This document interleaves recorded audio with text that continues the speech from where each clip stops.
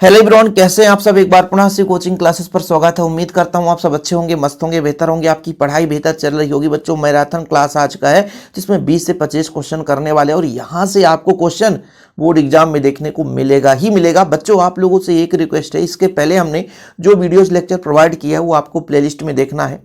Shiv coaching classes का playlist है 2024 का, जाकर के देखो। जो भी हमने प्रोवाइड किया है वो आपको मिल जाएगा।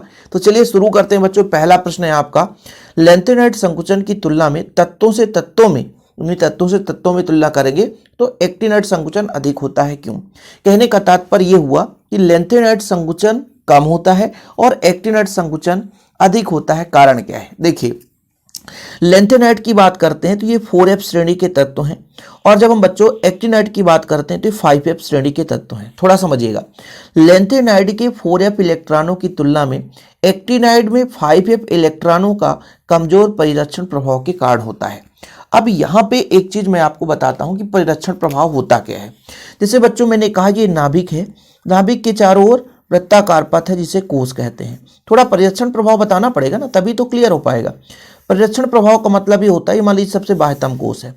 अब इलेक्ट्रॉन यहाँ पर भी है, इलेक्ट्रॉन यहाँ पर, लेकिन इसके अंदर तो ढेर सारे, जैसे पहले में 2 इलेक्ट्रॉन, तीसरे में 8, फिर 18, फिर मान लीजिए 18, ऐसे इलेक्ट्रॉन है। तो जो अंदर वाले इलेक्ट्रॉन जो होते हैं, चूंकि नाभिक है, नाभिक हर इलेक्ट्रॉन को अपनी ओर आकर्षित करता है, मतलब यहाँ के इलेक्ट्रॉन को भी अपनी ओर आकर्षित करेगा। लेकिन बच्चों, जो ये बाहर से अंदर वाला, मान लीजिए n है तो ये हो जाएगा n-1, ये हो जाएगा n-2, सही है कि नहीं? तो यहाँ जो इलेक्ट्रॉन होंगे, बाहर के इलेक्ट्रॉन को क्या करेंगे? दूर भगाने की कोशिश करेंगे। थोड़ा सा समझने की कोशिश करेंगे तो क्लियर हो जाएगा। मैं ये कह रहा हूं कि जो बाह्यतम कोष का इलेक्ट्रॉन है वो भी अंदर आने की कोशिश करेगा इस नाभिक के कारण, लेकिन उसके अंदर जो कोष है वहां के इलेक्ट्रॉन इसको दूर भगाने की कोशिश करते हैं। ये एक प्रकार से रक्षा की भांति कार्य करते हैं, इसे परिरक्षण प्रभाव कहते हैं। किंतु जो आपका 5f है, इसमें थोड़ी परिरक्षण प्रभाव कम होता है। परिरक्षण प्रभाव कम का मतलब बाहर के इलेक्ट्रॉन को दूर भगाने में कमजोर हो जाते हैं ये, तो अंदर की ओर ज्यादा खिसकता है, इसलिए संकुचन ज्यादा होता है। संकुचन का मतलब होता है आकार में कमी। फिर से समझना, इसको आप लोग यदि माइंड में सेट नहीं करोगे तो ये भूल जाएगा, हर बार भूल जाता है। देखो होता क्या है कि बाहर के इलेक्ट्रॉन अंदर की ओर आने की कोशिश करते हैं, ठीक है सर, लेकिन उसके अंदर वाले कोष के इलेक्ट्रॉन इसको दूर भगाने की कोशिश कर रहे हैं। तो यह प्रभाव परिरक्षण प्रभाव है। मतलब बाह्यतम कोष के अंदर जो इलेक्ट्रॉन है, बाह्यतम कोष की बात छोड़ दो, उसके अंदर वाले कक्षा के जो इलेक्ट्रॉन है वो बाहर वाले को अंदर की ओर आने की कोशिश नहीं कर, भाई बोला तू बाहर चल, यानी प्रतिकर्षित करते हैं। यानी कहने का तात्पर्य हुआ कि अंदर वाला जो कोष है एक रक्षा की भांति कार्य करता है, तो ये परिरक्षण प्रभाव। लेकिन जब परिरक्षण प्रभाव दुर्बल हो जाता है, ठीक है, तो ये आसानी से इलेक्ट्रॉन अंदर की ओर आसानी से आकर्षित हो जाते हैं। तो जो आकर्षित होंगे तो आकार में कमी होगी, संकुचन ज्यादा होगा। तो जो आपका एक्टिनाइड समूह है इसमें आपका 4f इलेक्ट्रॉनों का परिरक्षण प्रभाव कम होता है, कमजोर होता है, इसलिए थोड़ा संकुचन ज्यादा होता है। आप लोग इतना समझ लो कि परिरक्षण प्रभाव जिसका मजबूत होगा, यानी जो धक्का देगा ज्यादा बाहर के इलेक्ट्रॉन को, तो वो अंदर की ओर आएगा नहीं, तो संकुचन कम होगी। और जो इसका परिरक्षण प्रभाव दुर्बल है, अंदर वाले इलेक्ट्रॉन वाले जो हमारे कक्षा वाले जो इलेक्ट्रॉन है, मतलब अंदर के कोष के जो इलेक्ट्रॉन है, उनका परिरक्षण प्रभाव यदि कम है तो फिर ये आसानी से आकर्षित होगा और संकुचन अधिक हो जाएगा। इतना क्लियर हुआ कि लेंथेनाइड में थोड़ा परिरक्षण प्रभाव मजबूत होता है, इसलिए इसका संकुचन कम होता है। लेकिन वहीं पे आपका जो एक्टिनाइड के इलेक्ट्रॉन है इसमें परिरक्षण प्रभाव थोड़ा सा कम होता है, इसलिए इसका जो संकुचन है अधिक होता है। चीजें क्लियर हो गई? उम्मीद करता हूं कि क्लियर ही हो गया होगा, क्योंकि लेंथेनाइड संकुचन कम होता है, एक्टिनाइड संकुचन अधिक होता है। इसका एक ही फैक्ट है कि लेंथेनाइड में जो इलेक्ट्रॉन है उनमें जो आपका परिरक्षण प्रभाव ज्यादा होता है तो संकुचन कम होता है, और एक्टिनाइड में परिरक्षण प्रभाव कम होने के कारण संकुचन ज्यादा होता है। सीधा फंडा बच्चों क्लियर हो गया होगा, उम्मीद करता हूं। चलिए आगे प्रश्न देखते हैं।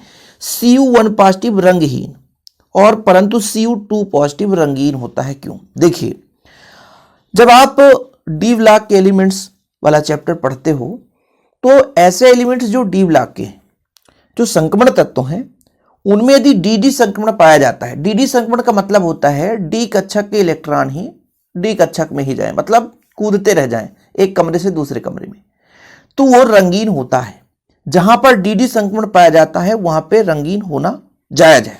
अब जैसे मैं इसको थोड़ा सा डीप में समझाता हूं, कॉपर का इलेक्ट्रॉनिक विन्यास में यदि आपसे कह दूं तो ये होता है बच्चों 3d10 और 4s1। अब जब कॉपर 1 पॉजिटिव है तो s का एक इलेक्ट्रॉन चला गया, s का एक इलेक्ट्रॉन चला गया तो s में 0 बचा और 3d10। अभी d में पूरे के पूरे इलेक्ट्रॉन है, देखो तो इसमें dd संक्रमण संभव नहीं है क्योंकि सब में 2-2 इलेक्ट्रॉन है, और dd संक्रमण तभी संभव होगा जब अयुग्मित इलेक्ट्रॉन होगा। लेकिन वहीं पे जब कॉपर 2 पॉजिटिव एक और इलेक्ट्रॉन चला गया, पॉजिटिव का तात्पर्य है उसमें इलेक्ट्रॉन की कमी, अर्थात वो इलेक्ट्रॉन किसी को दे दिया है। इस स्थिति में s में 0 और 3d 9 हो जाएगा। जब 3d 9 हो जाएगा इसका मतलब ये हुआ, देखिएगा इसका मतलब ये हुआ बच्चों कि d का एक इलेक्ट्रॉन चला गया है, अब इसमें अयुग्मित हो गया, और जहां पे d कक्षक अयुग्मित होंगे वहीं पे dd संक्रमण पाया जाएगा, dd संक्रमण पाया जाएगा, और जिसमें भी dd संक्रमण पाया जाएगा वो रंगीन होगा। इसलिए इसमें dd संक्रमण संभव है इसलिए रंगीन है, जबकि इसमें dd संक्रमण संभव नहीं है इसलिए रंगहीन है।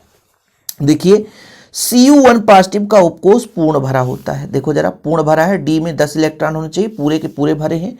इस प्रकार इनका dd संक्रमण नहीं होता, वह सफेद अथवा रंगहीन रहता है। जबकि Cu2 पॉजिटिव की बात करते हैं, Cu2 पॉजिटिव में अयुग्मित 3d इलेक्ट्रॉन होने के कारण एवं dd संक्रमण संभव होने के कारण यह रंगीन होता है। कुछ भी है, कोई भी अभी आप 2-4 क्वेश्चन देखोगे इससे रिलेटेड कि भाई साहब कोई भी संक्रमण धातु आयन के रूप में रंगीन तभी हो सकता है जब उसमें dd संक्रमण पाया जाएगा, और dd संक्रमण तभी हो सकता है जब उसमें जो आपके d कक्षक हैं उसमें अयुग्मित इलेक्ट्रॉन होने चाहिए, पूर्ण रूप से भरे ना होने चाहिए। ठीक है, तो वो आपका बच्चों उसमें dd संक्रमण संभव है। आगे चलते हैं, Mn2 पॉजिटिव +3 अवस्था में Mn2 पॉजिटिव यौगिक Fe2 पॉजिटिव से ऑक्सीकरण में अधिक स्थायी होता है। कहने का तात्पर्य यह हुआ कि Mn2 पॉजिटिव अधिक स्थायी है जबकि ये कम स्थायी है। क्यों, इसका रीजन भी बताऊंगा, एक एक करके बच्चों समझाऊंगा, लेकिन थोड़ा सा आपको समय देना पड़ेगा। देखिए Mn परमाणु क्रमांक आप जानते हो, Mn2 पॉजिटिव, सबसे पहले मैं Mn की बात करता हूं, ये मैग्नीज है, ठीक है, calcium, scandium, titanium, manganese, iron, cobalt, nickel, copper, zinc, scandium, vanadium, chromium, manganese. Manganese का परमाणु क्रमांक कितना होता है, कोई बता सकता है? मेरे हिसाब से 25 होता है। इसका इलेक्ट्रॉनिक विन्यास जब निकालेंगे तो थोड़ा सा लास्ट की मैं बात करता हूं, केवल लास्ट की बात करता हूं, ठीक है। एस में बच्चों आपका जैसे मैं पूरा की बात कर दूं भाई, आपका हो जाएगा 3d में कितने इलेक्ट्रॉन हो जाएंगे, 5 इलेक्ट्रॉन, और इसमें 2 इलेक्ट्रॉन होगा। ठीक, अभी मैं सिर्फ Mn की बात करता हूं, अब थोड़ा सा समझना पड़ेगा। आप कहोगे सर पूरा इलेक्ट्रॉनिक विन्यास निकालो, तो 1s2, 2s2, 2p6, 3s2, 3p6, फिर 3d, फिर 4s2, 5। देखो जरा कितना, 2 2 4, 4 6 10, 10 2 12, 12 6 18, 2 20, 5 25। ये देखो पूरा हो गया।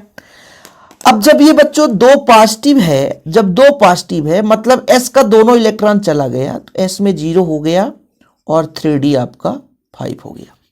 अभी जो 3d 5 है, जब d कक्षक की बात करते हैं तो यदि उसमें 5 इलेक्ट्रॉन हो, एक इलेक्ट्रॉन है, सही है, तो ये अधिक स्थायी है। यदि मान लीजिए 10 इलेक्ट्रॉन होता, पूरा का पूरा भरा होता, मान लीजिए 2-2 इलेक्ट्रॉन होते दोनों सब में, तो ये अधिक स्थायी होता। जब डी कक्षक में या तो एक इलेक्ट्रॉन अर्धपूर्ण हो या तो पूर्ण हो तो अधिक स्थायी होता है। ठीक है, तो जब हम बात करते हैं Mn2 पॉजिटिव में, तो Mn2 पॉजिटिव में ये इलेक्ट्रॉन है, तो ये आसानी से Mn3 पॉजिटिव में नहीं बदलता। क्यों नहीं बदलता? क्योंकि इसमें डी कक्षक में एक इलेक्ट्रॉन है, ये स्थायी कक्षा है। फिर से समझने की कोशिश करेंगे, एक एक पॉइंट समझा रहा हूं बच्चों ताकि आप लोगों को रटना ना पड़े। भाई Mn2 पॉजिटिव है, इसका इलेक्ट्रॉनिक विन्यास ए है। इसको अब ऐसा भी, इसके पहले 18 इलेक्ट्रॉन होते हैं, तो यहां से यहां तक यदि मैं बात करूं, ये 18 जो है आर्गन को रिप्रेजेंट करता है। तो आपके बुक में ऐसा देखने को मिले आर्गन 4s0 3d5, तो ये आर्गन का मतलब होता है 18 इलेक्ट्रॉन। और 18 के बाद भाई देखो Mn का होता है टोटल 25, 2 पॉजिटिव मतलब 23, ठीक है, 18 हो गया आर्गन का, 5 23 हो गया। तो ये समान इलेक्ट्रॉनिक विन्यास, वही चीज है यहाँ पे मैं जो समझाया हूँ वही चीज है। यहाँ पे आर्गन कर देता बच्चों, और s में 4s2 और 3d5, ये mn का है, और mn2 पॉजिटिव का, तो s में कितना हो जाता, 0 हो जाता, ठीक है। तो यहां पर देखो mn2 पॉजिटिव में इलेक्ट्रॉनिक विन्यास 4s0 है, 3d5 है, d में 5 इलेक्ट्रॉन है, तो स्पष्ट रूप से mn3 पॉजिटिव में परिवर्तित नहीं होता। क्यों? क्योंकि ये एक इलेक्ट्रॉन देना ही नहीं चाहता ना। क्यों नहीं देना चाहता? क्योंकि ये स्थायी है। जब स्थायी है भाई साहब, कोई भी परमाणु यदि स्थायी अवस्था में है, यानी कक्षक स्थायी है, तो क्यों इलेक्ट्रॉन देना चाहेगा? तो ये इलेक्ट्रॉन नहीं देना चाहता, इसलिए आपका स्थायी है, सरलता से mn3 पॉजिटिव में परिवर्तित नहीं होता। लेकिन जब हम आयरन की बात करते हैं, बोलोगे सर आयरन कैसे समझेंगे? मैं आपको समझाने के लिए बैठा हूं ना भाई, ठीक है, परेशान होने की जरूरत नहीं है। आयरन का कितना होता है? मैग्नीज आयरन का होता है 26। जब इसका इलेक्ट्रॉनिक विन्यास करोगे तो इसका होता है बच्चों लास्ट में 4s2 और फिर आपका हो जाएगा 3d6, ठीक है। अब जब 2 पॉजिटिव की बात करेंगे, Fe2 पॉजिटिव, 2 पॉजिटिव मतलब केवल 24 इलेक्ट्रॉन बचे, तो कहीं ना कहीं ये 4s में 0 और 3d में 6 है, ठीक है। अब ये आसानी से एक इलेक्ट्रॉन दे सकता है। क्यों? क्योंकि बच्चों एक इलेक्ट्रॉन देकर ये स्थायी अवस्था में आ जाता है। कैसे स्थायी अवस्था में सर? 3 पॉजिटिव में आएगा तो 3d5 हो जाएगा। और मैंने आपको समझाया था कि जब d के एक एक इलेक्ट्रॉन हो कक्षक में, एक एक इलेक्ट्रॉन हो, तो अधिक स्थायी होता है, ठीक है। यदि मान लीजिए इसमें 6 तो इसकी अपेक्षा ये अधिक स्थायी है। तो mn2 पॉजिटिव 3 पॉजिटिव में नहीं बदल सकता, क्योंकि 3 पॉजिटिव अवस्था के लिए तुलना करने के लिए बात की गई। क्यों? क्योंकि 3d में 5 है और 5 इलेक्ट्रॉन यदि किसी में है या 10 इलेक्ट्रॉन तो अधिक स्थायी होता है। वहीं पे जब हम Fe2 पॉजिटिव की बात करते हैं कि Fe2 पॉजिटिव मतलब s का 2 इलेक्ट्रॉन चला गया, आर्गन का 18 6 24, ठीक है। तो ये आपके बच्चों जब Fe2 पॉजिटिव होता है, इसमें ये अस्थायी है, 3d6 है, क्योंकि इसमें 5 इलेक्ट्रॉन होगा, अर्धपूर्ण होगा तभी स्थायी होगा। तो ये स्थायी को प्राप्त करने के लिए Fe3 पॉजिटिव आसानी से बना लेता है, इसलिए ये थोड़ा सा स्थायी नहीं है, जबकि ये अधिक स्थायी। बोला है ना, mn2 पॉजिटिव इससे अधिक स्थायी है। क्यों? क्योंकि mn2 पॉजिटिव mn3 पॉजिटिव में नहीं बदलता आसानी से, जबकि Fe2 पॉजिटिव Fe3 पॉजिटिव में आसानी से बदल जाता है। देखो पूरी कहानी वही लिखी हुई है। उम्मीद करता हूं कि चीजें क्लियर हो गया होगा बच्चों। आगे चलते हैं हम। अंतराकाशी यौगिक क्या है? संक्रमण धातुओं में ऐसे यौगिक क्यों ज्ञात हैं? बताओ। अंतराकाशी यौगिक का मतलब होता है बच्चों, जैसे मान लीजिए कोई भी यौगिक है, क्रिस्टल है, उसके जैसे मान लीजिए कोई भी परमाणु है, मान लीजिए संक्रमण धातु का ही कोई परमाणु है, उसके बीच में कोई अन्य परमाणु आकर उसके अंतराकाशी अंदर क्रिस्टल के अंदर जाकर व्यवस्थित हो जाता है, तो जो यौगिक बनता है वो आपका क्या कहलाता है? अंतराकाशी यौगिक।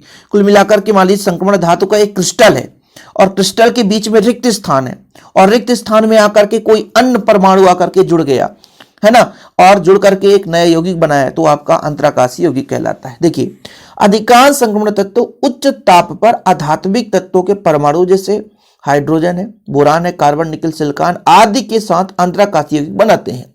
संक्रमण धातु के क्रिस्टल जालक के अंतराकाशी रिक्तियों में, मतलब जो संक्रमण धातु होगा उसका क्रिस्टल होगा, क्रिस्टल का मतलब है छोटे छोटे परमाणु मिलकर के एक नई इकाई का निर्माण कर देते हैं, वो क्रिस्टल कहलाता है बच्चों। उसके अंतराकाशी मतलब अंदर रिक्तियों में जाकर के क्या हो जाते हैं? ठीक ठीक से फिट हो जाते हैं, जमा हो जाते हैं, तो जो बनने वाला यौगिक होता है वो अंतराकाशी यौगिक बन जाता है, ठीक है, यह कहलाता है। चीजें क्लियर है? लिख लो भाई साहब, इसको समझने की जरूरत है, एग्जाम के पहले समझ के जाने की जरूरत है। यदि आप लोग फोकस कर रहे हो बच्चों तो डेफिनेट रूप से अच्छे नंबर प्राप्त करोगे। अगला प्रश्न देखिए, मिश्र धातु क्या है? प्रमुख मिश्र धातु के नाम लिखते हुए, मतलब एक मिश्र धातु का नाम लिखते हुए उसका उपयोग लिखिए, और जिसमें कुछ लेंथेनाइड धातुएं होती हैं। मिश्र धातु किसे कहते हैं? 2 या 2 से अधिक धातुओं के साथ धातु या अधातु को मिला दिया जाए। फिर से समझिएगा, 2 अथवा 2 से अधिक धातुओं या धातु और अधातु, मिश्र धातु तभी कहलाएगा जब एक धातु एक अधातु या दोनों धातु। ऐसा नहीं कि 2 अधातु अधातु मिला दो। मिश्र धातु कब बन सकता है? धातु को धातु से मिलाने पर, या धातु के साथ अधातु मिलाएंगे, तो ये आपका मिश्र धातु ही कहलाएगा। लेकिन वहीं पे कोई कह दे कि अधातु को अधातु से मिला दे, तो ये यौगिक तो बनेगा लेकिन वो मिश्र धातु नहीं कहलाएगा। ये नोट कर लेना, कभी कभी लोग परिभाषा में गलत कर देते हैं ना, बोले सर अधातु भी बोले थे। 2 या 2 से अधिक धातुओं को मिला दे या धातु और अधातु को मिला दे, तो आपका मिश्र धातु बन जाता है। यानी दो या दो से अधिक धातुओं अथवा धातु या अधातुओं के समांगी मिश्रण को मिश्र धातु कहते हैं, जिसमें से एक मिश्र धातु लिया गया है लैंथेनाइट से, जिसमें 95% लैंथेनाइट धातु होता है, 5% आयरन के साथ थोड़ी सी मात्रा आप सल्फर ले लो, कार्बन ले लो, कैल्शियम, एल्यूमिनियम होता है। इसका उपयोग मैग्नीज आधारित मिश्र धातु में करते हैं, जो गोली के आवरण एवं लाइटर का उपयोग बनाने में, मतलब गोली के आवरण बनाने में और लाइटर बनाने में इसका उपयोग करते हैं। इसमें पूछा भी गया है कि मिश्र धातु की परिभाषा, तो आपने कहा दो या दो से अधिक धातुओं के मिश्रण को, या तो दो या दो से अधिक धातु के मिश्रण को हम क्या कहते हैं, एक मिश्र धातु कहते हैं। और मिश्र धातु में जैसे लैंथेनाइट हमने 95% ले लिया, आयरन की मात्रा 5%, कुछ मात्रा में एल्यूमिनियम, कैल्शियम, सल्फर, कार्बन, इसका उपयोग हम गोली के आवरण बनाने में और लाइटर बनाने में करते हैं। ये चीज आपको क्लियर रखना है। आगे चलते हैं बच्चों, काफी महत्वपूर्ण प्रश्न है जो कि आप आसानी से कर लोगे। स्पष्ट कीजिए कि Cu1 पॉजिटिव, कॉपर 1 पॉजिटिव जलीय विलयन में स्थायी नहीं होता। क्यों? क्योंकि इसको जैसे ही जल में मिलाते हैं बच्चों तो ये Cu2 पॉजिटिव में बदल जाता है, बस इसी कारण से स्थायी नहीं रहता है। जैसे आपका Cu1 पॉजिटिव है, जैसे इसको हम जल में मिलाते हैं, मतलब एक्वस आयन में मिलाते हैं, तो Cu2 पॉजिटिव में हो जाता है। अब ये एक इलेक्ट्रॉन और त्याग दिया है ना, तो जब इसका मान लीजिए हम बैलेंसिंग करेंगे तो या तो आप ऐसे भी कर सकते हो, एक इलेक्ट्रॉन और त्याग दिया तो मतलब एक इलेक्ट्रॉन निकल गया है। ऐसा भी आप समीकरण दे सकते हो कि जैसे ही हम Cu1 पॉजिटिव को जल में मिलाते हैं तो ये Cu2 पॉजिटिव में, कहने का मतलब जलीय विलयन के साथ Cu1 पॉजिटिव स्थायी नहीं रहता, ये Cu2 पॉजिटिव में बदल जाता है। या कि आप इसको Cu1 पॉजिटिव इसका 2 भाग ले लो, तो ये एक्वस में जैसे ही मिलाएंगे बच्चों, एक्वस मतलब जल के साथ, तो ये Cu2 पॉजिटिव बन जाता है। मतलब Cu1 पॉजिटिव और Cu1 पॉजिटिव 2 लिया था, ठीक है, तो एक Cu में 0 हो गया क्योंकि एक इलेक्ट्रॉन मतलब कहीं ना कहीं इसको दे दिया गया और इसने इसको ट्रांसफर कर दिया, इसमें 2 पॉजिटिव आ गया, इसका 0 आ गया, मतलब शुद्ध कॉपर बदल गया। ठीक, तो इसका तात्पर्य होता है कि Cu1 पॉजिटिव आयन जलीय विलयन में स्थायी नहीं रहता। क्यों? क्योंकि ये जैसे ही जलीय विलयन में इसको मिलाते हैं तो तुरंत जल योजन के कारण ये Cu2 पॉजिटिव आयन में बदल जाता है। देखो जरा, जलीय विलयन में Cu1 पॉजिटिव आयन की तुलना में Cu2 पॉजिटिव आयन अधिक स्थायी है, मतलब Cu2 पॉजिटिव अधिक स्थायी रहता है जल के साथ। अधिक स्थायित्व उच्च ऋणात्मक जलयोजन एंथैल्पी के कारण है। यह Cu2 पॉजिटिव आयन के बनने में दी जाने वाली द्वितीयक आयनन एंथैल्पी की क्षतिपूर्ति करती है। इस प्रकार जलीय विलयन में Cu2 पॉजिटिव आयन अधिक स्थायी और Cu2 पॉजिटिव आयन में परिवर्तित हो जाता है। कहने का तात्पर्य है कि जलीय विलयन में Cu1 पॉजिटिव जो होता है वो अधिक स्थायी Cu2 पॉजिटिव बदलता है। अधिक स्थायी इसके लिए प्रयोग किया गया है। सॉरी बच्चों, यहां पर मैंने क्या कह रहा था कि Cu1 पॉजिटिव जो है वो अधिक स्थायी Cu2 पॉजिटिव आयन में बदल जाता है, क्योंकि जो आपका Cu2 पॉजिटिव आयन जो होता है अधिक स्थायी होता है। इसके कारण ये बता दिया पहले भी कि Cu1 पॉजिटिव जो है जलीय विलयन के साथ कम स्थायित्व रखता है, जबकि Cu2 पॉजिटिव जलीय विलयन के साथ अधिक स्थायित्व रखता है। इसका कारण उच्च ऋणात्मक जलयोजन एंथैल्पी के कारण Cu2 पॉजिटिव आयन के बनने में दी जाने वाली जो द्वितीयक आयनन एंथैल्पी की क्षतिपूर्ति करती है, ये मेन कारण है। कुल मिलाकर के यदि आपसे नहीं भी बन रहा तो आप कैसे लिखोगे कि यदि हम जैसे ही Cu1 पॉजिटिव आयन को जल में मिलाते हैं तो ये Cu1 पॉजिटिव जो है Cu2 पॉजिटिव में बदल जाता है, क्योंकि Cu1 पॉजिटिव के अपेक्षा Cu2 पॉजिटिव जल के साथ अत्यधिक स्थायित्व दर्शाता है। आप अपनी भाषा में लिखोगे जैसे मैं समझा रहा हूं, उतने भी आपको बराबर नंबर मिल जाएंगे। अगला प्रश्न है बच्चों, जिंक केवल +2 ऑक्सीकरण अवस्था दर्शाता है, क्यों? क्या कारण है? स्पष्ट कीजिए। आपको इसके पहले मैंने एक क्वेश्चन में यह समझाया था कि यदि डी में या तो अर्धपूर्ण हो या तो पूर्ण भरा हो तो अधिक स्थायी होता है। जब मैं जिंक की बात करता हूं बच्चों, Zn की बात करता हूं, तो परमाणु क्रमांक होता है 30 और अंतिम इलेक्ट्रॉनिक विन्यास, मैं केवल अंतिम इलेक्ट्रॉनिक विन्यास लेकर चलता हूं। अंतिम इलेक्ट्रॉनिक विन्यास की बात करेंगे तो 4s में 2 इलेक्ट्रॉन और 3d में 10 इलेक्ट्रॉन होते हैं। ठीक है, अब जब मैंने आपसे कहा कि डी में बच्चों या तो अर्धपूर्ण इलेक्ट्रॉन हो या तो पूर्ण भरे हो, जैसे 5 डब्बे होते हैं यानी 5 कक्षक होते हैं, इन सब में 2-2 इलेक्ट्रॉन भरा हुआ है। पहले एक इलेक्ट्रॉन होने के नियम से फिर दूसरा इलेक्ट्रॉन भी हमने भर दिया। अब ये बच्चों स्थायी है। जब स्थायी है तो ये जो इलेक्ट्रॉन है केवल और केवल जब ये आयन के रूप में होगा, मतलब यहाँ पे 30 है तो अब आपका 28 बचेगा। जब आयन 2 इलेक्ट्रॉन देगा 2 पॉजिटिव में, तो केवल S का इलेक्ट्रॉन चला जाता है और D का इलेक्ट्रॉन नहीं जाता, क्योंकि बच्चों ये स्थायी है। स्थायी है। कक्षक की मैं बात करता हूं कि यदि वो अर्धपूर्ण हो, डी कक्षक में यदि अर्धपूर्ण इलेक्ट्रॉन भरे हों या तो पूर्ण इलेक्ट्रॉन भरे हों बच्चों, तो अधिक स्थायी होता है। यदि समान इलेक्ट्रॉनिक विन्यास निकालोगे तो आप आसानी से निकाल सकते हो पूरा इलेक्ट्रॉनिक विन्यास भाई 1s2 2s2 2p6, ठीक है, फिर वही 3s2 3p6, फिर आपका 3d10 इलेक्ट्रॉन हो जाएगा 4s2। इस तरीके से पूरे के पूरे 30 इलेक्ट्रॉन हो जाते हैं। 2 2 4 6 10, 10 2 12, 12 6 18, 2 20, 10 30। ठीक है, तो देख लीजिए जो मैंने आपको समझाया वही यहाँ पे लिखा है कि जिंक का इलेक्ट्रॉनिक विन्यास इतना होता है। +2 ऑक्सीकरण अवस्था में 4s के 2 इलेक्ट्रॉन चले जाते हैं। जैसा मैंने यहाँ पे कहा कि +2 ऑक्सीकरण अवस्था में s के इलेक्ट्रॉन चले गए। ठीक है बच्चों, और जब चले गए तो भाई साहब +2 ऑक्सीकरण अवस्था दर्शाने लगा। 3d कक्षक में 10 इलेक्ट्रॉन रह जाते हैं, मतलब d में पूरे के पूरे 10 इलेक्ट्रॉन रह जाते हैं। आगे देखिए, जब 3d10 की बात आती है तो ये पूर्ण पूरित कक्षक होने के कारण अधिक स्थायी होता है। क्या बताया मैंने? अधिक स्थायी। डी कक्षक में या तो अर्धपूर्ण इलेक्ट्रॉन भरे हों या तो पूर्ण इलेक्ट्रॉन भरे हों तो ये अधिक स्थायी होता है, जिसे निकालने के लिए अत्यधिक आयनन ऊर्जा की आवश्यकता होती है, ज्यादा मात्रा में ऊर्जा लगती है। अतः यह केवल +2 ऑक्सीकरण अवस्था दर्शाता है। आसानी से बच्चों यहाँ पे S से जो 2 इलेक्ट्रॉन है आसानी से निकल जाते हैं। देखिए यहाँ पर 30 इलेक्ट्रॉन थे, S का जब 2 इलेक्ट्रॉन निकल गया तो 28 बचा। 2 पॉजिटिव मतलब 2 इलेक्ट्रॉन दे दिया है। किसी पर यदि पॉजिटिव चार्ज आया है मतलब वो किसी को इलेक्ट्रॉन दे दिया है। देखो कितना सिंपल है कि केवल और केवल +2 ऑक्सीकरण अवस्था की दर्शाता है, क्योंकि भाई साहब यहाँ पर बताया गया है, समझाया गया है कि +2 ऑक्सीकरण अवस्था दर्शाने का कारण यह है कि भाई साहब S के जो इलेक्ट्रॉन है आसानी से त्यागे जा सकते हैं कम ऊर्जा पे, लेकिन जो D के इलेक्ट्रॉन है उसको यदि निकालना है तो अधिक ऊर्जा की आवश्यकता होगी, और अधिक ऊर्जा के लिए बच्चों कहीं ना कहीं थोड़ा सा आपको दिक्कत होगी, क्योंकि स्थायी कक्षा है, इलेक्ट्रॉन निकालना कठिन है। इसलिए D के जो इलेक्ट्रॉन है वो नहीं निकलते, S के आसानी से इलेक्ट्रॉन निकल जाते हैं और केवल +2 ऑक्सीकरण अवस्था दर्शाता है। इसके बाद प्रश्न क्रमांक 8 पर पहुंच चुके हैं बच्चों। यहां पर देखिए प्रश्न क्रमांक 8 में संक्रमण तत्व परिवर्ती संयोजकता प्रदर्शित करते हैं, क्यों, क्या कारण है? लगभग जैसे इसके पहले भी मैंने क्वेश्चन कराया था उससे ही कुछ मिलता जुलता कारण बताऊंगा। पहले इसका उत्तर आप थोड़ा सा एक बार पढ़ लो।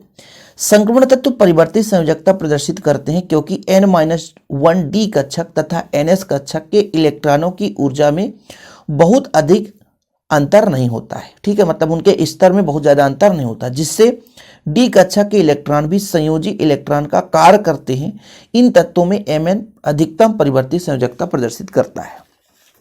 वैसे तो आप लोग एक चीज याद रखना कि संक्रमण तत्व परिवर्ती संयोजकता दर्शाते हैं, ऑब्जेक्टिव में भी पूछा जाता है। इसके पीछे का रीजन इन्होंने ये बताया कि देखो जो संक्रमण तत्व होते हैं, संक्रमण तत्व में जो अंतिम इलेक्ट्रॉन होते हैं तो N-1d में प्रवेश करते हैं, और बच्चों NS जब भी जो संक्रमण तत्व होते हैं किसी से बंध बनाएंगे, किसी से संयोग करेंगे, किसी के साथ क्रिया दर्शाएंगे, तो पहले किसका इलेक्ट्रॉन जाएगा? NS का जाएगा। क्यों? क्योंकि मान लीजिए हमारा ये नाभिक है, ये पहला कोष है, दूसरा कोष है, तीसरा कोष है और चौथा कोष है। मैं सिर्फ समझाने की कोशिश कर रहा हूं। तो यदि मान लीजिए ये आपका Nवां कोष है तो अंदर वाला N-1वां कोष है। तो NS की बात की जा रही है तो NS नहीं बाह्यतम वाले के लिए है। N-1d की बात की जा रही है मतलब उसके अंदर की बात है। तो जब कोई भी परमाणु जो है किसी के साथ बंध बनाएगा तो जो उसके इलेक्ट्रॉन है बाहर वाले इलेक्ट्रॉन जाएंगे यहां की, लेकिन जो संक्रमण धातु हैं, संक्रमण तत्व हैं, तो NS और N-1 इनकी जो ऊर्जा लगभग समान है, तो इसके इलेक्ट्रॉन तो बंध बनाने के लिए सहभागिता दर्शाते हैं, साथ में इसके भी इलेक्ट्रॉन बंध बनाने के लिए सहभागिता दर्शाने लग जाते हैं। इसी कारण से यहां का इलेक्ट्रॉन तो उत्सर्जित हो भी सकता है, यहां का भी इलेक्ट्रॉन जा सकता है, इसलिए परिवर्ती संयोजकता प्रदर्शित करते हैं। संयोजकता कैसे होगा बच्चों? किसी के साथ बंध बनाएगा तभी तो संयोजकता बनाएगा, किसी के साथ लेन देन कर सकता है, किसी के साथ साझा कर सकता है इलेक्ट्रॉन। तो कहीं ना कहीं यदि बाहर वाले कोष का N कोष का NS से इलेक्ट्रॉन जा रहा है और आपका बच्चों ऊर्जा जो है लगभग N-1d के बराबर, इनकी ऊर्जा लगभग समान है, तो जब इसका इलेक्ट्रॉन कहीं ना कहीं स्थान ले रहा है तो इसका भी इलेक्ट्रॉन कहता हम भी तुम्हारे साथ सहभागिता दर्शा सकते हैं। इस कारण से कहा जाता है बच्चों कि संक्रमण जो धातु है, संक्रमण जो तत्व हैं वो परिवर्तित संयोजकता प्रदर्शित करते हैं। ठीक है, कारण यह है कि दोनों में ऊर्जाओं का अंतर बहुत कम होता है, लगभग समान होता है। इसलिए जो आपका NH तो संयोजी कोष का काम करता है। संयोजी कोष का मतलब यह होता है कि ऐसा कोष जहां से इलेक्ट्रॉन बंद बनाने की क्षमता रखते हैं, जहां से इलेक्ट्रॉन स्थानांतरण होने की क्षमता रखते हैं, जहां से इलेक्ट्रॉन एक दूसरे से जुड़ने का काम करते हैं, वो संयोजी कोष कहलाता है। लेकिन ऊर्जाओं की समानता के कारण N-1D कक्षक भी संयोजी के तरह कार्य करने लग जाते हैं, इनके इलेक्ट्रॉन भी संयोजी की तरह कार्य करने लग जाते हैं, इसलिए आक्सीकरण अवस्था या परिवर्तित संयोजकता दर्शाते हैं। ठीक है बच्चों, चीजें क्लियर। आगे देखो, वही कारण है कि संक्रमण धातुएं आसानी से मिश्र धातु क्यों बना लेती हैं। देखो, इसको थोड़ा सा एक बार पढ़ लिया करो तो आपको समझना आसान हो जाएगा। संक्रमण धातु पिघली हुई अवस्था में एक दूसरे में मिश्रणीय है, मतलब मिल जाते हैं, तथा विभिन्न संक्रमण धातुओं के मिश्रण को ठंडा करने पर मिश्र धातु बनती है। संक्रमण धातुओं का आकार लगभग समान होता है। इस क्रिस्टल जालक में एक धातु परमाणु को दूसरे धातु परमाणु से आसानी से विस्थापित किया जा सकता है। इस प्रकार मिश्र धातु बनती है, जैसे क्रोमियम को निकिल में विलय कर या क्रोमियम निकिल मिश्र धातु बनाया जा सकता है। मिश्र धातु अपनी जनक धातुओं की तुलना में अधिक कठोर होते हैं, उच्च गलनांक वाली तथा अधिक संक्षारण प्रतिरोधी होते हैं।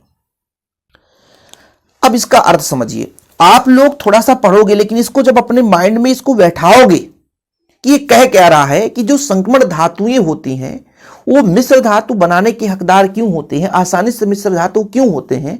कोई भी दो पदार्थ मिश्र धातु तभी बनाएगा जब आपस में मिलने की क्षमता होगी। तो जो संक्रमण धातु होते हैं इनकी जो आकार लगभग समान होने के कारण ये एक दूसरे पर मिश्रणीय है, मिल जाते हैं, और इनको गला करके यदि मिलाया जाए और ठंडा कर दिया जाए तो मिश्र धातु बन जाता है। बस खत्म कहानी।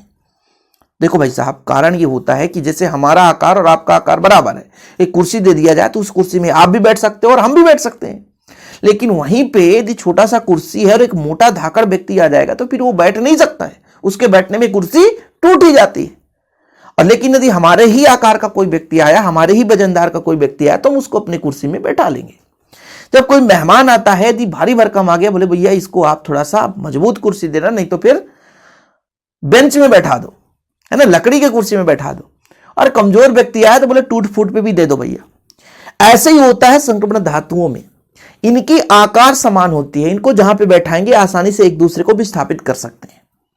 ठीक है, इनका आकार समान होता है, एक दूसरे से मिलजुल के बात करते हैं, एक दूसरे से मिल जाते हैं। जब इनको मिलाया जाता है तो आसानी से बोलते बंद बना लेते हैं, क्योंकि सम में कहीं ना कहीं अयुग्मित इलेक्ट्रॉन होते हैं।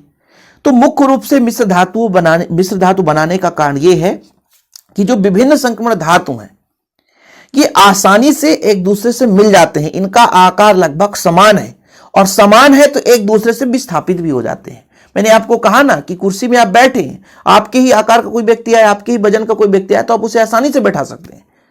तो ऐसे ही संक्रमण धातु किसी से जुड़ा है तो आसानी से उसको हटाकर कोई दूसरा भी जुड़ सकता है। तो संक्रमण धातु एक दूसरे पर मिश्रणीय है, आकार लगभग बराबर है, पिघलाकर इन्हें मिलाने पर, ठंडा करने पर ये मिश्र धातु बन सकते हैं, तथा धातु एक दूसरे को प्रतिस्थापित भी कर सकते हैं। इसलिए ये आसानी से मिश्र धातु बनाते हैं। मुख्य कारण यह है कि लगभग आकार समान है और एक दूसरे पर मिश्रणीय है। ठीक है, इसलिए बच्चों ये जो है आसानी से मिश्र धातु बना लेते हैं। आगे देखिए, प्रश्न देखिए, Fe2 पॉजिटिव आयन की त्रिज्या Mn2 पॉजिटिव आयन की त्रिज्या से कम होता है क्यों? इसके पहले स्थायी अवस्था में समझाया गया था, और यहां पर आप देखो फिर से समझना। Fe2 पॉजिटिव आयन की त्रिज्या Mn2 पॉजिटिव आयन की त्रिज्या से कम होती है। कम किसकी होगी? जिसका आकार थोड़ा सा कम होगा। और त्रिज्या किसकी अधिक होगी? जिसका आकार थोड़ा सा अधिक होगा। अब मैं आपको बताता हूं इसका रीजन, कि बात करता हूं जब Fe की तो इसका परमाणु क्रमांक है 26। जब बात करता हूं Mn की, इसका परमाणु क्रमांक 25। जब ये 2 पॉजिटिव में बदलता है तो इसका परमाणु क्रमांक हो जाता है 24। जब ये 2 पॉजिटिव में बदलता है तो इसके पास इलेक्ट्रॉन की संख्या, मतलब 2 इलेक्ट्रॉन कम हो जाते हैं, तो इसका हो जाता है 23। सॉरी, Mn हो गया ये, Mn। ठीक है, अब आप बताओ कि आकार किसका कम होगा, किसका अधिक होगा? जैसा कि आप लोगों को पता होगा कि जिसमें ज्यादा इलेक्ट्रॉन होते हैं आकर्षण उसका अधिक होता है, आकार उतना ही कम होगा, त्रिज्या उतना ही कम होगी। बस इसका लॉजिक छोटा सा है कि भाई साहब मैं जब Fe की बात करता हूं तो इसमें इलेक्ट्रॉन अधिक है, प्रोटॉन अधिक है, नाभिक से आकर्षण भी अधिक होगा।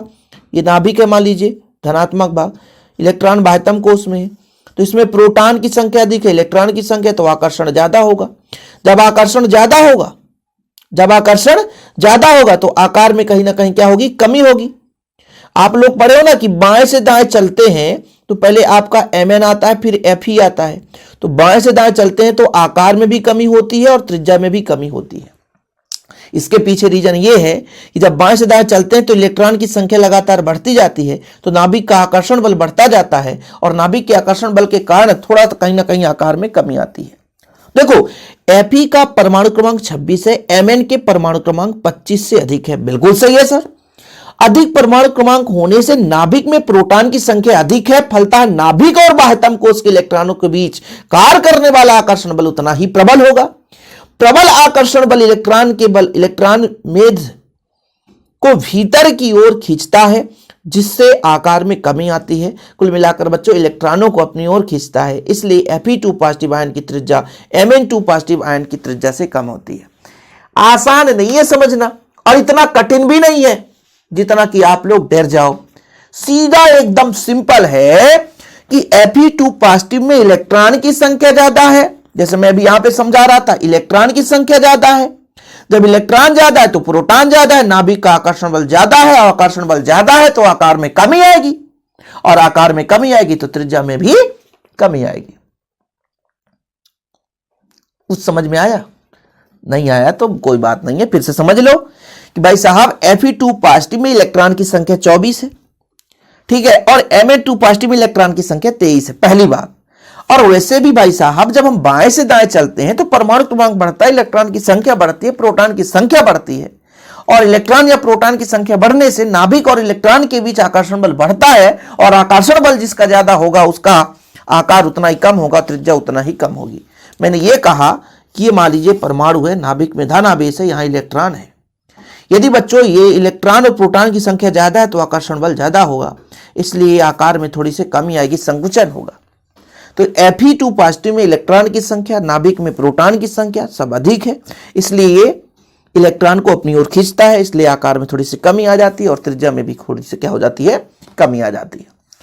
बहुत ही महत्वपूर्ण प्रश्न है बच्चों, यदि जो अभी तैयार नहीं करेगा ना बाद में पेपर के बाद पछताएगा कि वास्तविक रूप से सर बोल रहे थे यार ऐसे पढ़ लो, हमने नहीं पढ़ा। चलिए फटाफट करते चलते हैं भाई साहब। कितने क्वेश्चन हो गए जानते हो? ठीक है, लगातार हम आपको करा रहे 7, 3, 10 हो गए भाई। 11 नंबर में 3 प्रश्न हैं, मतलब 13 प्रश्न हो जाएंगे। संक्रमण धातु में संकुल यौगिक बनाने की प्रवृत्ति होती है, क्यों? कारण क्या है?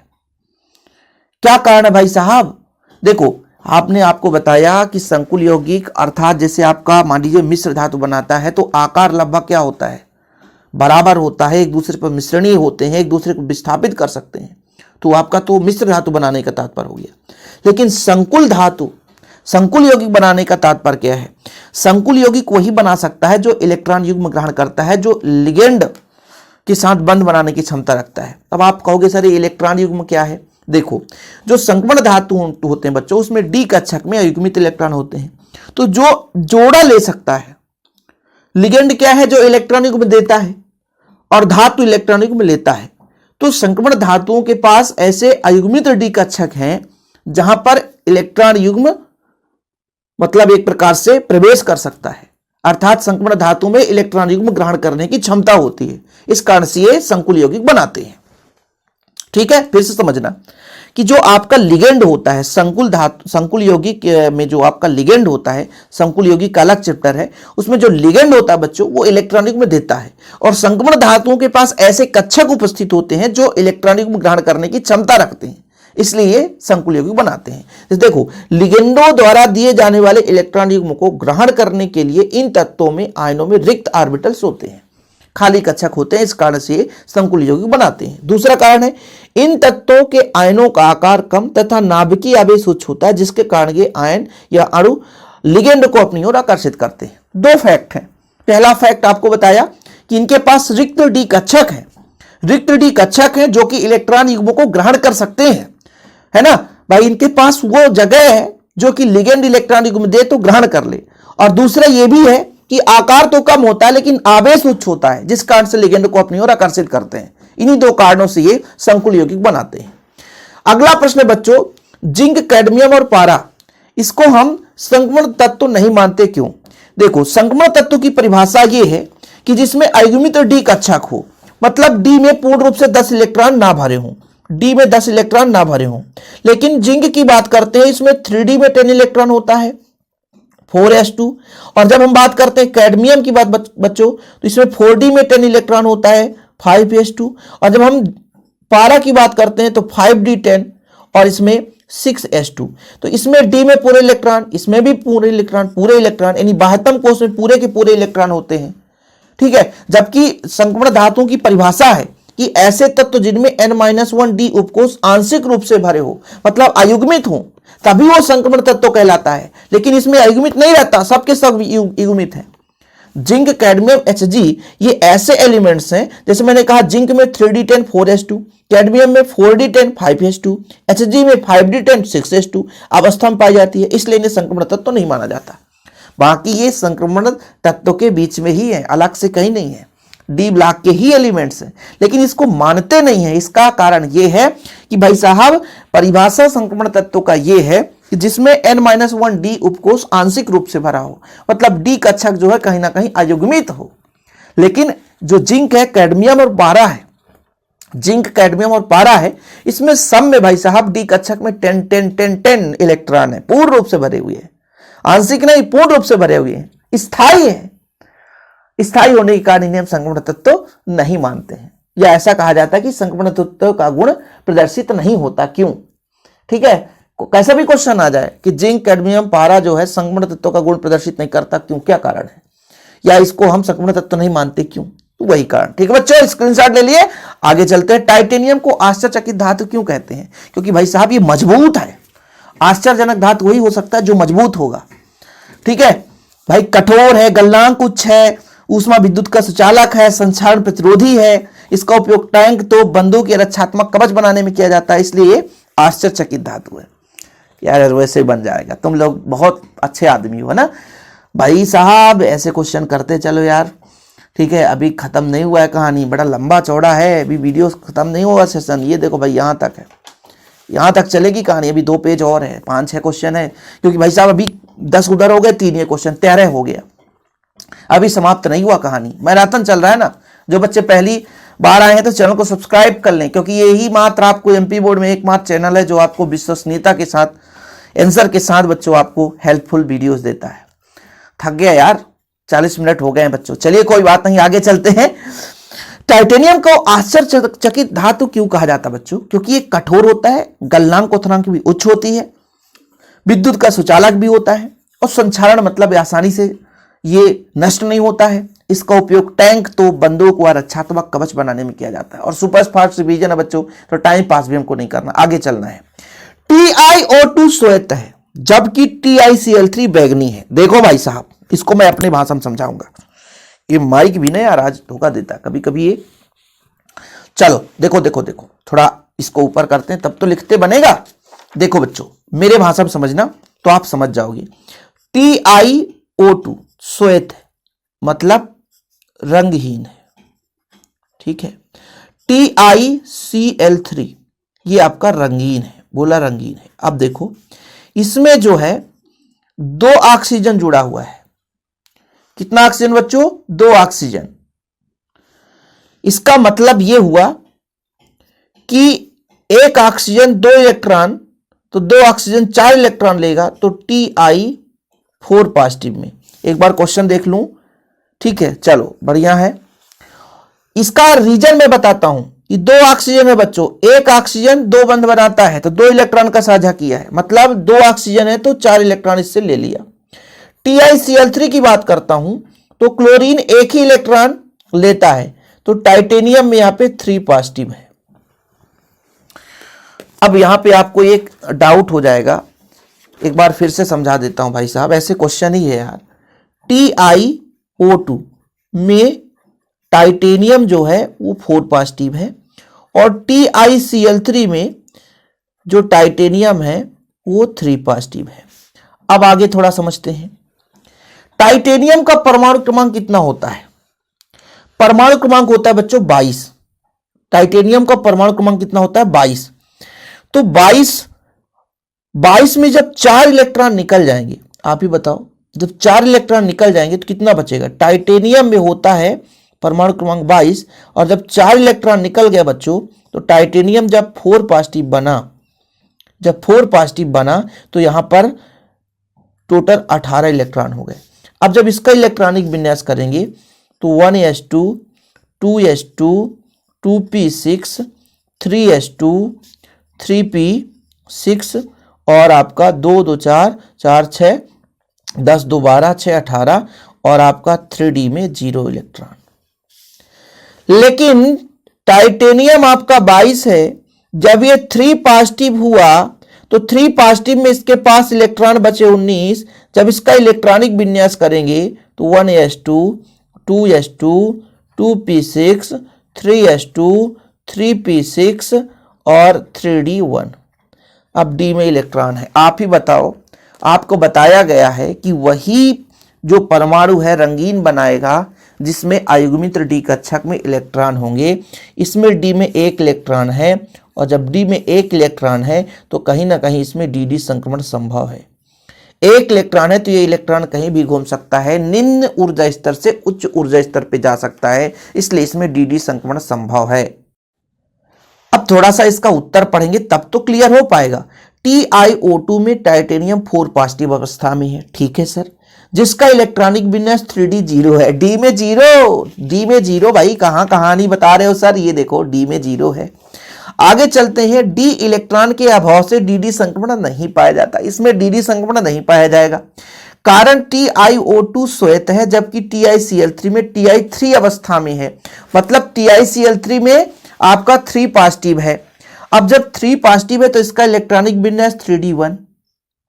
अतः अयुग्मित d इलेक्ट्रॉन उपस्थित के कारण TiCl3 में dd संक्रमण पाया जाता है और फलस्वरूप बैंगनी रंग का होता है। देख लो भाई साहब, TiO2 में Ti4 पॉजिटिव है, इस स्थिति में इसका इलेक्ट्रॉनिक विन्यास 3d में 0 है। जब d में 0 है तो इसमें dd संक्रमण नहीं पाया जाता है। dd संक्रमण का तात्पर्य होता है कि d कक्षक इलेक्ट्रॉन दूसरे कक्षक में निम्न ऊर्जा स्तर से उच्च ऊर्जा स्तर पर चले जाएं, या फिर उच्च ऊर्जा स्तर से निम्न ऊर्जा स्तर पर। कहने का मतलब आपके घर में 4 कमरे, चारों कमरे में व्यक्ति नाचने लग जाए, तो जब इलेक्ट्रॉन नाचने कूदने लग जाता है तो वो dd संक्रमण होता है। अब यहां पे जब TiCl3 की बात की जाती है तो टाइटेनियम 3 पॉजिटिव, और जब 3 पॉजिटिव में इलेक्ट्रॉनों की संख्या टोटल 19, तो d में 1 इलेक्ट्रॉन है। जब इसमें d में 1 इलेक्ट्रॉन है तो आपका dd संक्रमण पाया जाता है, और dd संक्रमण पाए जाने के कारण जो TiCl3 वो बैंगनी रंग का होता है। और TiO2 में भाई साहब किसी प्रकार का संक्रमण नहीं होता, dd संक्रमण नहीं होता, इसलिए वो आपका श्वेत है। आगे चलते हैं इसी क्रम में कि संक्रमण धातुओं की प्रथम पंक्ति में क्रोमियम तक अनुचुंबकत्व बढ़ता है फिर घटने लगता है। देखो सीधा है, कोई भी पदार्थ अनुचुंबकीय हो गया, अनुचुंबकत्व का गुण दर्शाता है, क्योंकि उसमें अयुग्मित इलेक्ट्रॉन होंगे। लेकिन जैसे ही उसमें इलेक्ट्रॉन भरते जाएंगे, ज्यादा होते जाएंगे, जैसे क्रोमियम में 10 इलेक्ट्रॉन भरा जाता है, डी में 10 इलेक्ट्रॉन भर देते हैं।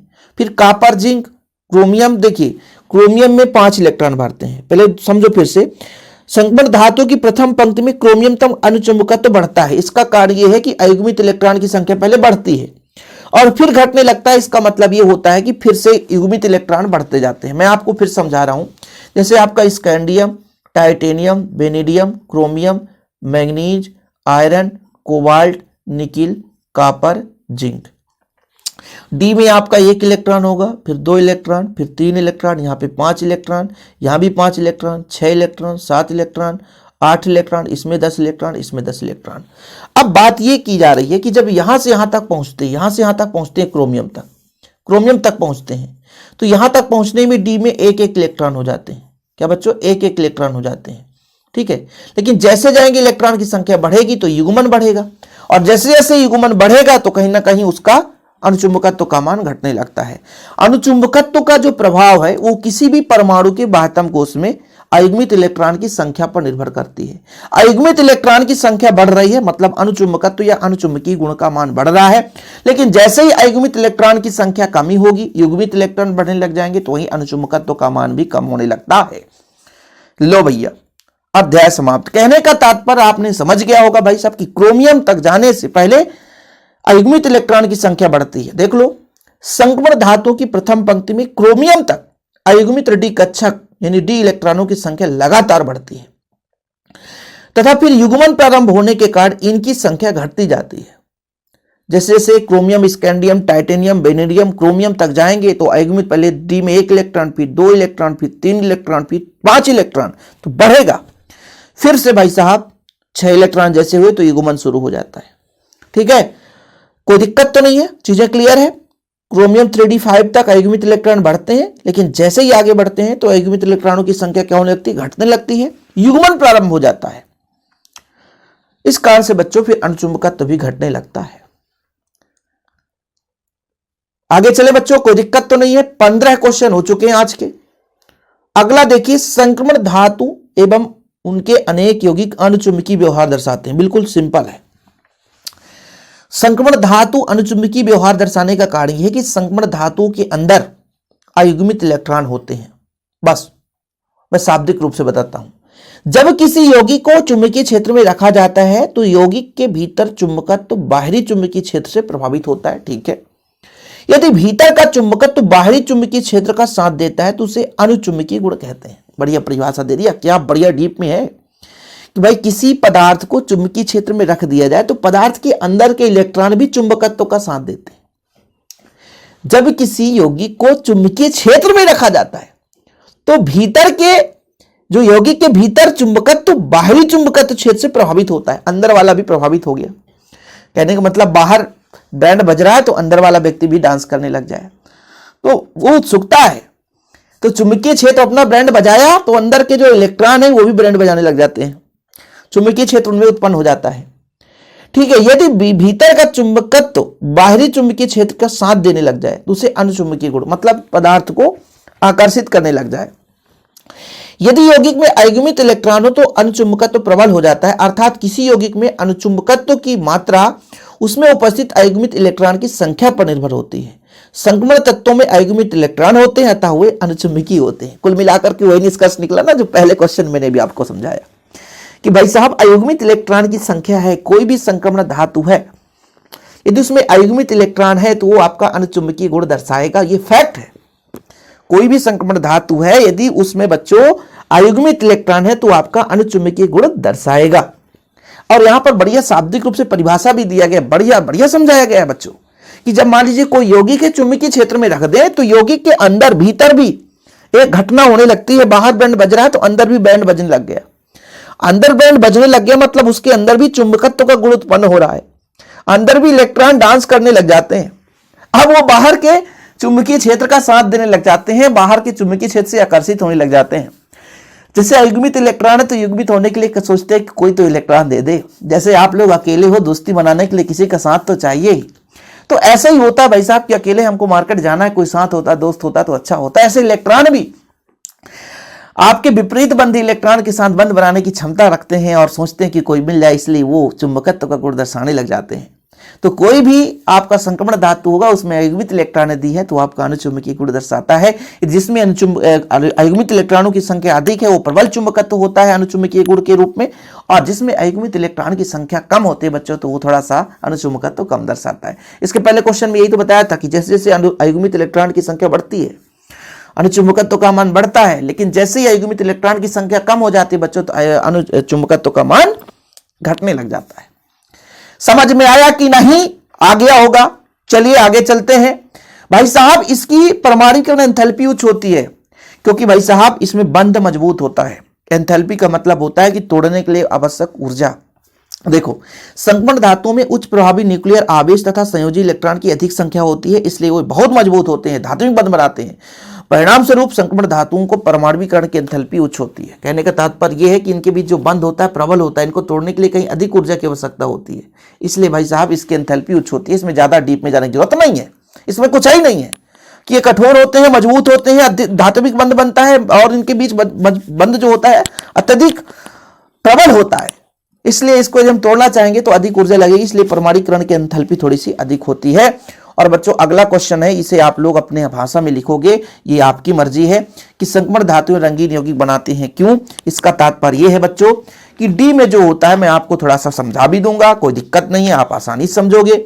मान लीजिए डी में है बच्चों, ये डी में 5 कक्षक हैं, ठीक, थोड़ा समझिएगा, 5 कक्षक हैं। 5 कक्षक में आपका 2 उच्च ऊर्जा स्तर मैंने कहा, और ये 3 जो हैं वो निम्न ऊर्जा स्तर के कहला गए।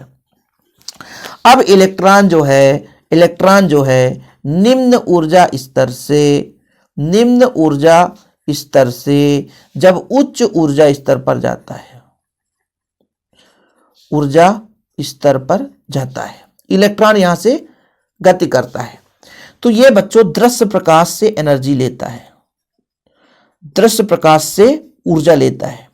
अब इस दृश्य प्रकाश में कई सारे रंग होते हैं, तो जिन रंगों को वो अवशोषित कर लेता है वो दिखाई नहीं देता है। मान लीजिए इलेक्ट्रॉन यहां से चला निम्न ऊर्जा स्तर से उच्च ऊर्जा स्तर, जब निम्न ऊर्जा स्तर से उच्च ऊर्जा स्तर पे जाता है तो आप सबको पता है कि ये ऊर्जा लेता है। क्या ऊर्जा लेता है?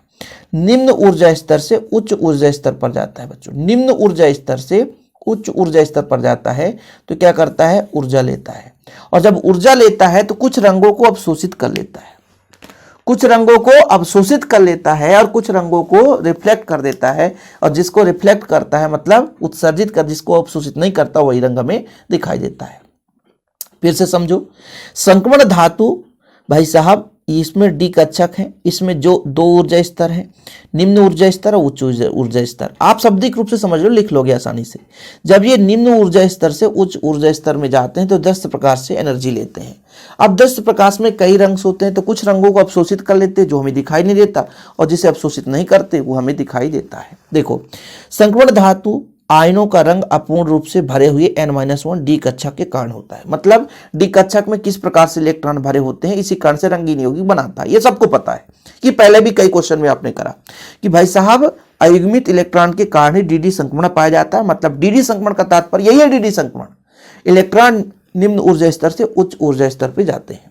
अब देखो, संक्रमण धातु आयनों में जिनमें अयुग्मित डी इलेक्ट्रॉन है, इन इलेक्ट्रॉन का डी कक्षक से एक कक्षक से दूसरे कक्षक में प्रवेश करते हैं, संक्रमण होता है। इस संक्रमण के समय वे दृश्य प्रकाश के कुछ विकिरणों को अवशोषण कर लेते हैं। देखो मैंने क्या समझाया, कुछ को अवशोषित कर लेते हैं तथा शेष विकिरण को रंगीन प्रकाश के रूप में उत्सर्जित कर देते हैं। मतलब जिसको अवशोषित कर लिए वो तो ठीक है, और जिसको नहीं किए वो ही रंग हमें दिखाई देता है। अतः आयन का रंग उनके द्वारा अवशोषित रंग के पूरक होता है। मतलब अवशोषित रंग के उल्टा होता है। जिस रंग को ले लिया उसकी आवश्यकता उसको नहीं है, वो दिखाई कौन देगा भाई? उसके पूरक रंग। ठीक है, अतः आयन का रंग उसके अवशोषित रंग के पूरक होता है। उदाहरण के लिए ये जो आयन है वो नीला दिखता है क्योंकि यह दृश्य प्रकाश के लाल रंग को अपनी ओर क्या कर लेता है बच्चों? लाल रंग को इलेक्ट्रॉन की उत्तेजना के लिए अवशोषित करता है, अतः उसका पूरक नीला रंग दिखाई देता है। ऐसे कुछ आयन्स ऐसे बच्चों, Cu4 पॉजिटिव नीला दिखता है, Mn2 पॉजिटिव बैगनी दिखता है, Fe2 पॉजिटिव हरा दिखता है, Cr3 पॉजिटिव बैगनी, Mn3 पॉजिटिव गुलाबी, Fe3 पॉजिटिव पीला दिखाई देता है। और आखिरी क्वेश्चन आज का, संक्रमण धातु एवं उनके यौगिक अच्छे उत्प्रेरक होते हैं क्यों? उत्प्रेरक का कार्य होता है कि अपने जगह प्लेटफॉर्म उपस्थित कराना। जैसे आपको मार्केट जाना है, रात हो गया तो आपको सोना है, तो आप क्या करोगे? कहीं रूम लोगे तो आपको क्या मिलेगा? होटल। तो होटल क्या करता है? आपका एक माध्यम बन जाता है। होटल में रहकर आप अपने शहर में जो भी काम है निपटा सकते हो। ऐसे ही जो संक्रमण धातु होते हैं ये उत्प्रेरक का कार्य करते हैं, क्योंकि अपने जगह एक प्लेटफॉर्म उपस्थित करा के रखे हैं कि हमारे पास अयुग्मित इलेक्ट्रॉन है, आ जाओ, जिसको जिसको आना है पहले बंध बना लो हमारे साथ, फिर आपस में जुड़ करके चले जाना। जैसे भाई बहुत दूर से बारात आई है, बोले गांव में तो जगह नहीं है, क्या करेंगे? बोले यार शहर में प्लेटफॉर्म बना है मैरिज गार्डन।